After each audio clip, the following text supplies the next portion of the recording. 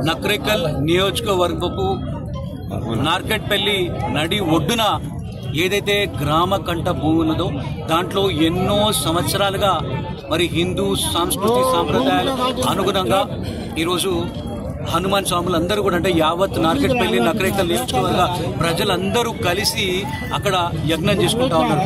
మరి హనుమాన్ యజ్ఞం చేసుకునే చోట మరి అది గ్రామకండ భూమి, అది గ్రామ పంచాయతీ భూమి ఈరోజు వక్ఫ్ బోర్డ్ కి సంబంధించిందని చెప్పి ఈ స్థానిక ఎమ్మెల్యే వేముల వీరేశం గారు మరి ఒక కాంగ్రెస్ మంత్రులు ఎమ్మెల్యేలు అందరూ కూడా మరి హిందువుల మనోభావాలు దెబ్బతినే విధంగా మరి ఇక్కడ హిందువులకు సంబంధించిన హనుమాన్ యజ్ఞం ఇక్కడ నిర్వహించుకోవద్దని చెప్పి ఏదైతే వాళ్ళు మరి ఈరోజు మరి వాళ్ళు ముస్లింస్ అని చెప్పుకున్నా, క్రిస్టియన్స్ మేము క్రిస్టియన్స్ అని చెప్పుకున్నా, వాళ్ళు ఏమన్నా కూడా కమ్యూనల్ అన్నట్టు. కానీ మరి ఈరోజు వాళ్ళ హిందువులు మరి మాకు సంబంధించిన యజ్ఞం మేము ఎన్నో సంవత్సరాల నుండి కూడా మరి ఇక్కడ నార్కెట్పల్లిలో నిర్వహించుకుంటా ఉన్న యొక్క హనుమాన్ యజ్ఞాన్ని ఆపే ప్రయత్నం చేస్తే ఎవ్వరు కూడా దీన్ని మేము సహించడానికి లేదు.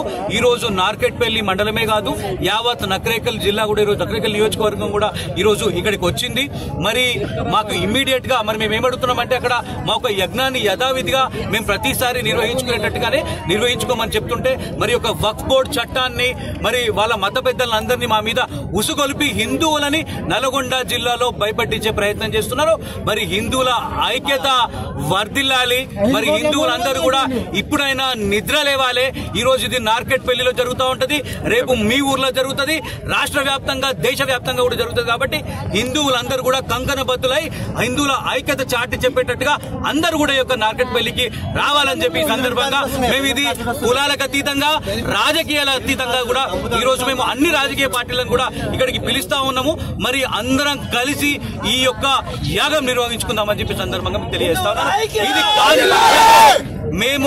మేము దీని ఒక ఉద్యమిస్తాము, మరి మేము ప్రాణాలైనా అర్పిస్తాం, కానీ ఈ యొక్క యజ్ఞాన్ని మాత్రం ఖచ్చితంగా నిర్వహించుకుంటామని చెప్పి ఈ సందర్భంగా తెలియజేస్తాం.